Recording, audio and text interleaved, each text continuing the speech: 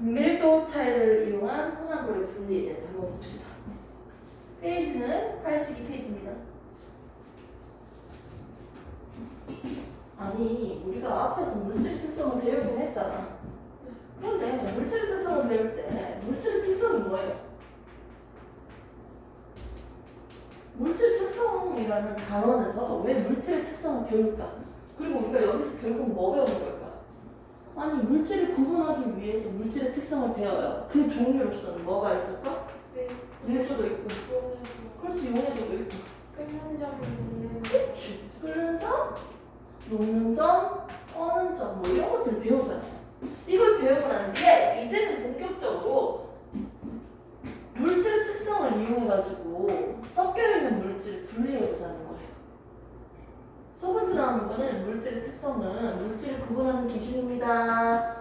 그런 아이들은 누가 있어요? 이런 애들이 있어요 라고 하면서 얘들에 대해서 각각 배웠어. 그걸 배우고 나니까 두 번째 단계, 그러면 이 배운 물질의 특성을 가지고 뭘 하자? 실제로 분리를 해보자. 혼합물의 분리에 대해서 좀 본격적으로 우리가 배워볼 거예요. 그러면 첫 번째, 이 분리에서 첫 번째 나오는 게 뭐다?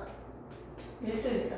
끄는 점도 있고 하지만 우리는 밀도를 먼저 배우고 끄는 점을 봤으니까 밀도를 먼저 할게요. 자, 밀도라는 게 뭐예요? 밀도 있게 시간을 써라. 즉 밀도는요, 부피분의 질량이었어요. 부피분의 질량이라고 하면서 부피랑 질량에 대한 측정하는 방법을 배웠죠. 모양이 일정하게 생겼으면 가로 곱하기 세로 곱하기 높이로 계산해주면 부피를 측정할 수 있어요. 맞지? 부피를 측정하는 방법. 모양이 일정할 때는 가로 곱하기 세로 곱하기 높이를 해주면 된다. 자, 두 번째. 모양이 일정하지 않을 때는 어떻게 해준다? 문금 실린더에다가 물을 채워 넣습니다. 오케이? 채워 넣고요. 실로 묶은 물체를 넣어줍니다. 통 넣어주면요. 이때 이 물체가 잠긴 부피만큼요. 물의 높이 차이가 생기는 거예요. 올려간다는 거지. 여기 처음부터 나중 높이 차. 이 높이 차는 뭐가 된다? 물체의 부피가 되는 거죠. 근데 만일 이 물체가 너무 가벼워서 물에 푹 잠기지 않고 뜬다면 어떻게 해줄까요? 찰사로 눌러주면 됩니다. 푹 잠기게끔. 이렇게 해서 우리가 부피를 측정할 수 있고 질량은 전자저울로 등등으로 측정해서 계산을 해주면 됐어요.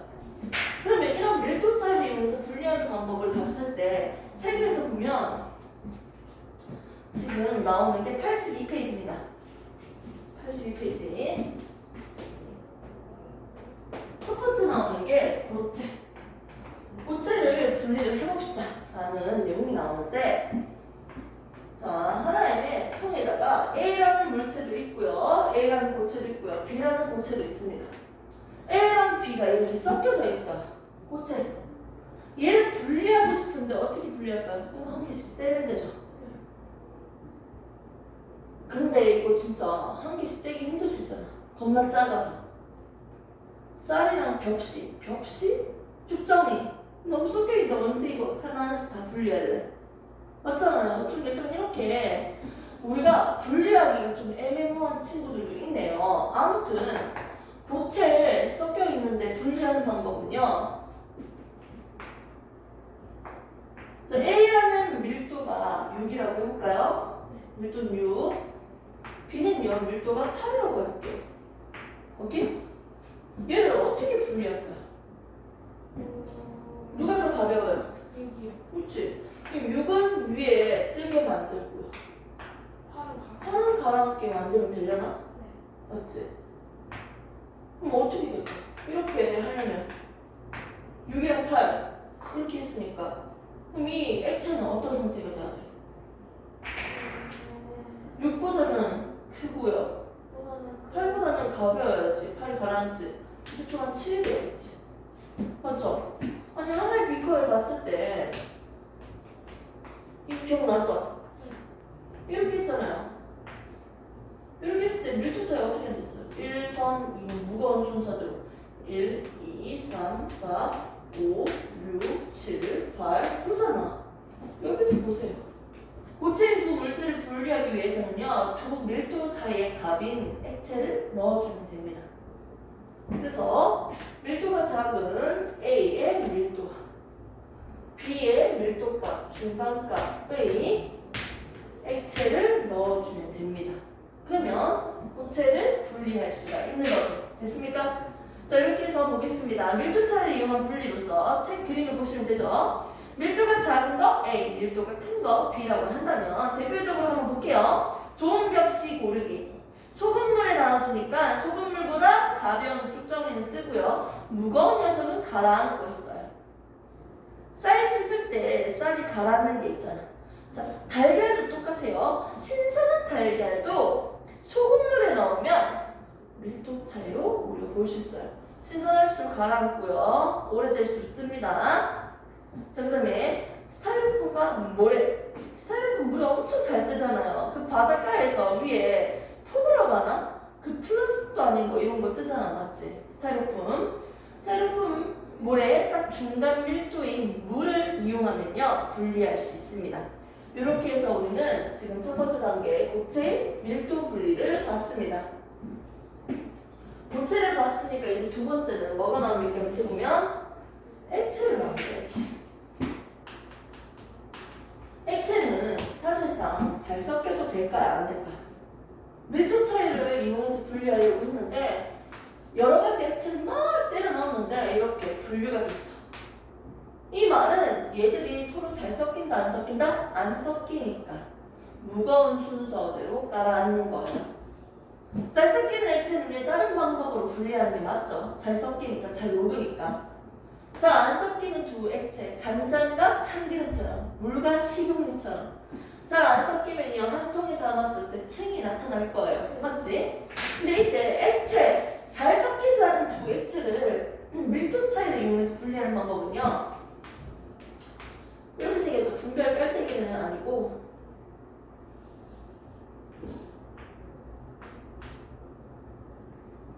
콕 이렇게 그림을 한번 보도록 합시다. 자, 먼저 액체 혼합물의 분리 그림을 보세요. 자, 분별 깔때기입니다. 분별 깔때기 보입니까?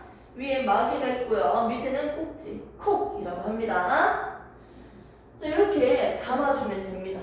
그럼 이렇게 두 물질을 넣어주면요, 밑에 거랑 위에 걸로 분리가 되겠네요. 그럼 여기서 봤을 때 위에 거 A, 밑에 거 B라고 한다면 누가 더 무겁다? B가 더 무겁다. 밀도로 얘기를 한다면요, 누가 더 크다? B가 더 크다. 이렇게 얘기할 수 있겠죠. 자, 이제 혼합물을 한번 분리하기 위해서 분별 깔때기를 이용하는데요. 여기 콕을 열고 닫으면 돼.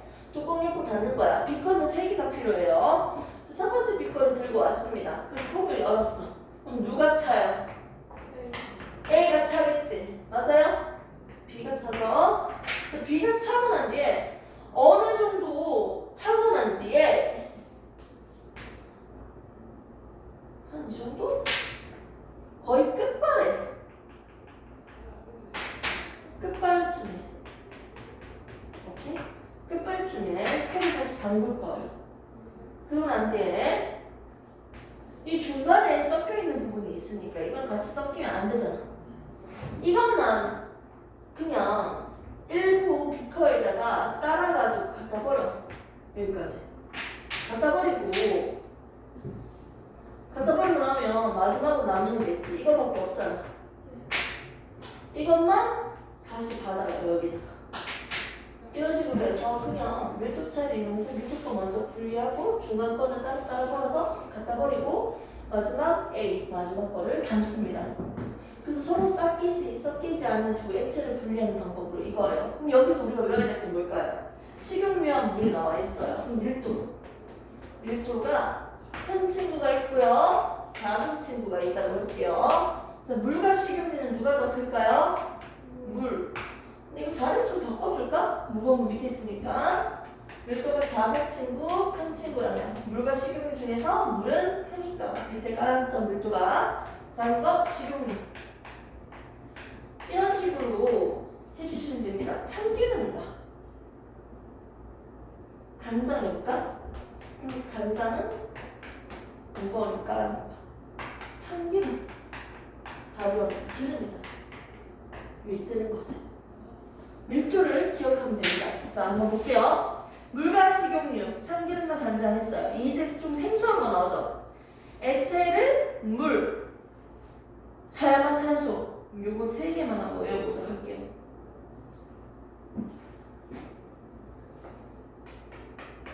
녹이는 물질이라고도 하는데 하나씩 천천히 볼게요. 밀도는 누가 제일 무겁다? 딱 봐도 사야마탄소예요. 사염화탄소. 염화는 이건데요. 이게 몇 개? 4개. 사염화탄소. 됐습니까? 오늘은 여기에서 요것만 한번 보도록 할게요. 사야마탄소가 제일 무겁고 그 다음에 물, 에테르입니다.